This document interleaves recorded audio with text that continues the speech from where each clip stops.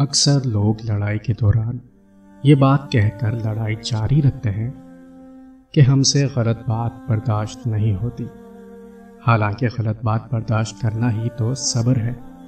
صحیح بات برداشت نہیں کی جاتی، تسلیم کی جاتی ہے۔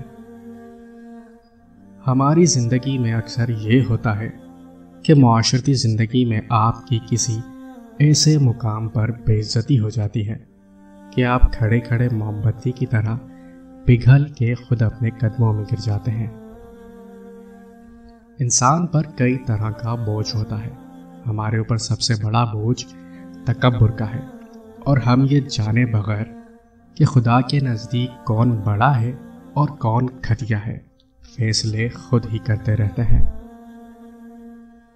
زندگی میں ایک وقت ایسا بھی آتا ہے جب آپ اپنا سارا دماغ، ساری طاقت، ساری ترکیبیں اور ساری صلاحیتیں صرف کر چکے ہوتے ہیں اور پانسا پھینک چکے ہوتے ہیں۔ اس وقت سب کچھ خدا کے ہاتھ میں ہوتا ہے اور آپ کچھ نہیں کر سکتے۔ ایک دلیل ایسی ہے جس سے تم ہر ایک کو قائل کر سکتے ہو، اور وہ دلیل ہے تمہارا وجود۔ اگر تم نے اپنے آپ کو تبدیل کر لیا پھر تم ایک بہت ہی طاقتور دلیل بن گئے، لیکن اگر تم میں تبدیلی پیدا نہ ہوئی پھر چاہے تم کتنی ہی دلیل بازی کرو، کوئی نہیں مانے گا۔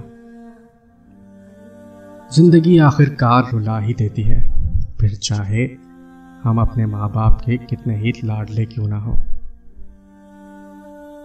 جو شخص ہمیشہ نکتہ چینی کے موڈ میں رہتا ہے اور دوسروں کے نقص نکالتا رہتا ہے، وہ اپنے آپ میں تبدیلی کی صلاحیت سے محروم ہو جاتا ہے۔